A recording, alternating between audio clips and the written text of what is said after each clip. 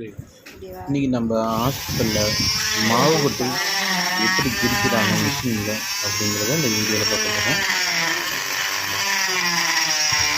முட்டுக்கு கீழே போட்டிருக்க மாவு கொட்டை மிஷின் மூலமாக கட் பண்ணி எடுத்து கால் தனியாக எடுத்துக்கோங்க. பாருங்கள்,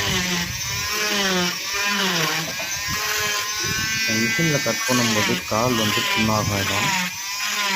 காலை பீச்சிடாது. வைப்ரேஷன் மட்டும்தான் இருக்கணும்.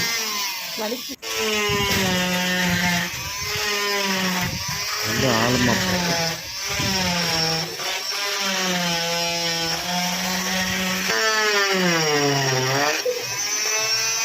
கொஞ்சம் கொஞ்சமாக கட் பண்ணுறாங்க. கட் பண்ணி முடிச்சாச்சு. இதை ஒரு கிறுக்கி மாரி வச்சுருக்காங்க, ஒரு இன்ஸ்ட்ருமெண்ட்டு. இந்த இன்ஸ்ட்ருமெண்ட்டு மூலயமா இந்த வெட் பண்ண சின்ன சந்துவில் விட்டு நல்லா பிரிக்கிறாங்க. பிரித்து எடுத்தோம்னா பார்த்தீங்களா, கால் தனியாக வந்துடுது.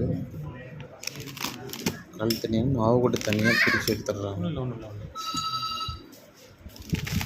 இந்த மாவு கொட்டை பாருங்கள் எவ்வளோ ஸ்ட்ராங்காக இருக்குது. இது சாதாரணமாக நம்ம கையினால் பிரிக்க முடியாது, மிஷின் வச்சு தான் பிரிக்கிறாங்க.